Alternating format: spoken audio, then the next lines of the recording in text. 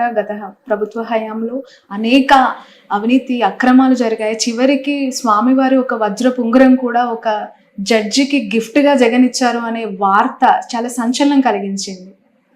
అలాంటి దుశ్చర్యకు ఎప్పుడు కూడా జగన్మోహన్ రెడ్డి గారు పాల్పడాడు. వారికి క్రిస్టియానిటీ మీద ఎంత ప్రేమ ఉందో అంతే ప్రేమ హిందూయిజం మీద కూడా ఉంది. హిందూయిజాన్ని గౌరవించేది కాదు, ఆయనకు భక్తి ఉంది. దేవాలయాలన్నీ కూడా సందర్శిస్తాడు, స్వాములందరినీ కూడా పీఠాధిపతులందరూ కూడా కలుస్తాడు. అదే కాకుండా మీరు చూశారు, సుందరీకరణ పేరుతో అనేక దేవాలయాలన్నీ నేలమట్టం చేస్తే విజయవాడ పట్టణంలో అవన్నీ కూడా పునర్నిర్మించిన ఘనత జగన్మోహన్ రెడ్డి గారు. ఓకే, ఎమ్మెల్సీగా బొత్సగా నిలబెట్టారు. ఎలా ఉంటుంది సార్? ఉన్నారు ఎందుకంటే ఎలక్షన్స్ చాలా జరిగి కొన్ని రోజులు, ఇంకా 3 నెలలు కూడా కంప్లీట్ చేసుకోలేదు. అయినా మాకు సంఖ్యాబలం ఎక్కువ ఉంది కాబట్టి తప్పకుండా బోచా గారు మంచి మెజారిటీతో గెలుస్తారు పక్క. ఎందుకంటే అక్కడ ఆల్మోస్ట్ మొన్న వచ్చిన రిజల్ట్ ఒకసారి అబ్జర్వ్ చేస్తే వైసీపీ చాలా గడ్డు పరిస్థితులు ఎదుర్కొంది. పర్వాలేదు, అయినా కూడా మాకు ఎంపీటీసీలు కానీ జెడ్పీటీసీలు కానీ కార్పొరేటర్లు కానీ సంఖ్యాబలం ఎక్కువ ఉంది కాబట్టి తప్పనిసరిగా మంచి మెజారిటీతో గెలుస్తారు. రైట్, వైసీపీ నుంచి కొంచెం పక్కన పెడితే సార్, మిమ్మల్ని ఒక క్వశ్చన్ అడుగుతాను పర్సనల్ గా. చాలా సీనియర్ లీడర్ గా మీ అబ్జర్వేషన్ ఏంటి? వస్తున్న నాయకులు చేరుతున్న పార్టీ జనసేనగా ఇప్పుడు మారిపోయింది, టీడీపీని ఆప్షన్ గా ఎంచుకోవట్లేదు అని చెప్పి కొంతమంది నాయకులు మాట్లాడుతూ ఉన్నారు. ఎందుకు జనసేన ఒక హ్యాపెనింగ్ పార్టీగా కనిపిస్తుంది అంటారు అలాంటి లీడర్స్ కి? ఆయన నాయకత్వం మీద అందరికీ కూడా గౌరవం ఉండొచ్చు.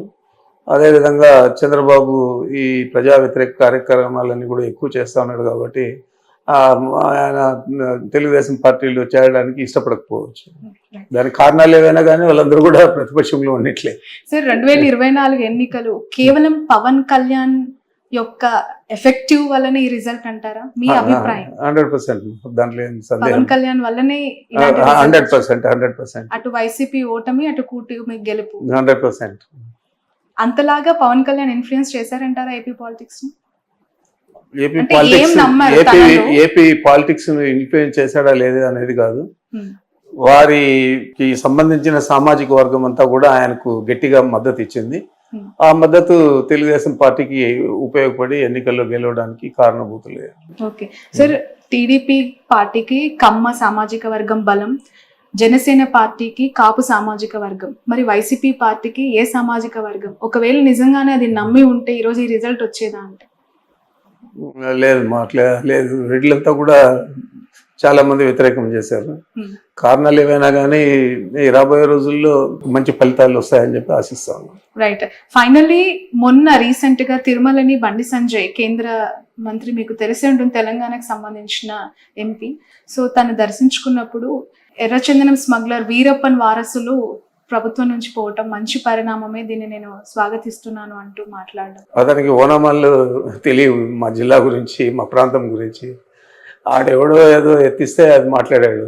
ఇదే చంద్రబాబు నాయుడు వాళ్ళ శాసనసభ్యులే 2014లో పోటీ చేస్తే పీలేరులో కిరణ్ కుమార్ తమ్ముడు కిషోర్ కుమార్ రెడ్డి ఈరోజు శాసనసభ్యుడిగా ఉన్నాడు తెలుగుదేశం పార్టీలో.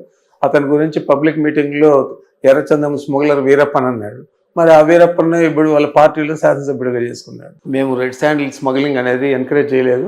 నేను ఫస్ట్ టైం శాసనసభ్యుడు అయినప్పుడు రాజశేఖర గారు ఉన్నప్పుడు దాదాపు 370 వెహికల్స్, కొత్త వెహికల్స్ ఫస్ట్ టైం కొనిచ్చాం. అంతవరకు పాత బండ్లు ఇండిపెండెన్స్ అప్పటి నుంచి ఉండేటివన్నీ ఉన్నాయి తప్ప కొత్తవి లేవు.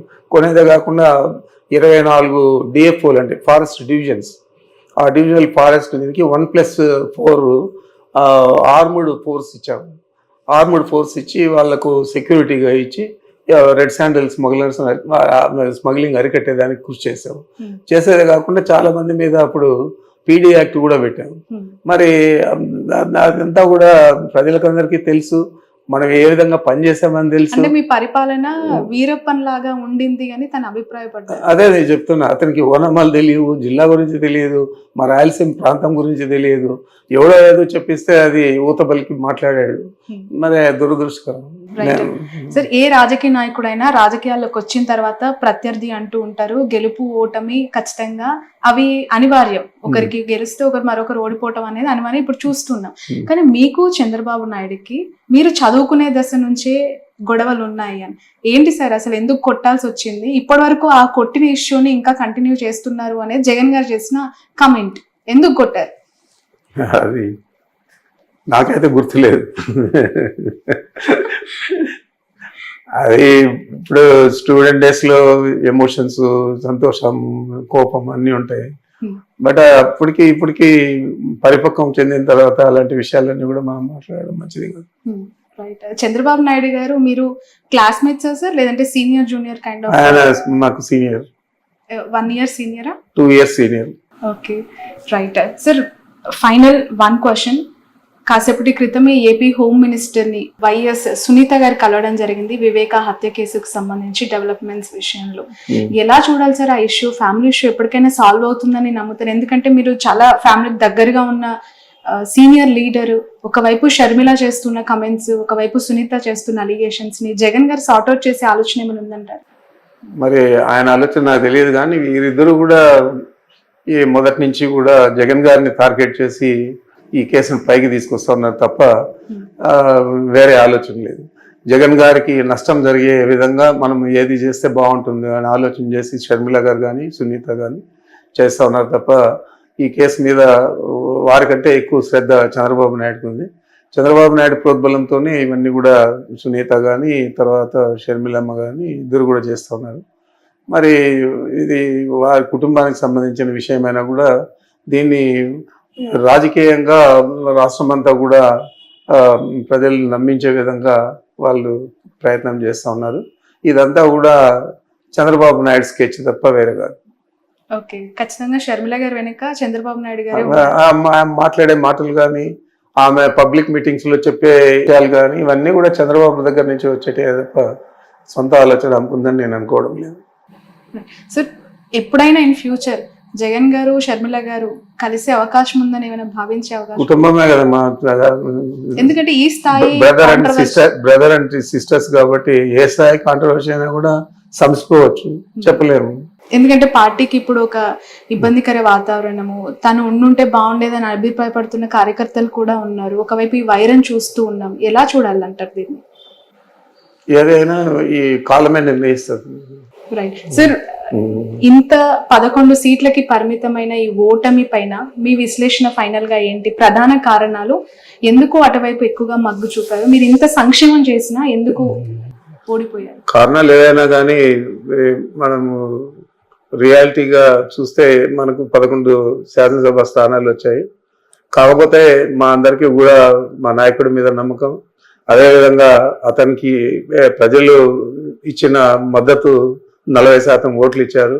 అందరూ కలిసి కూడా 5-6% తేడాతోనే ప్రభుత్వాన్ని సాధించారు. ఒకటే 40% సీట్లు తెచ్చుకున్నాడు. కాబట్టి ఈ ప్రభుత్వం చాలా అనతి కాలంలోనే, చాలా తక్కువ సమయంలోనే ఇంకా ఎక్కువ అన్పాపులర్ అవుతుంది. తప్పకుండా ప్రజలందరూ విశ్వాసం తప్పకుండా చూరగొని ఆయన ఇంతకంటే ఎక్కువ మెజారిటీతో మళ్ళీ తిరిగి ప్రభుత్వాన్ని ఏర్పాటు చేస్తాడని నమ్మకం నాకుంది. Thank you so much sir. Okay.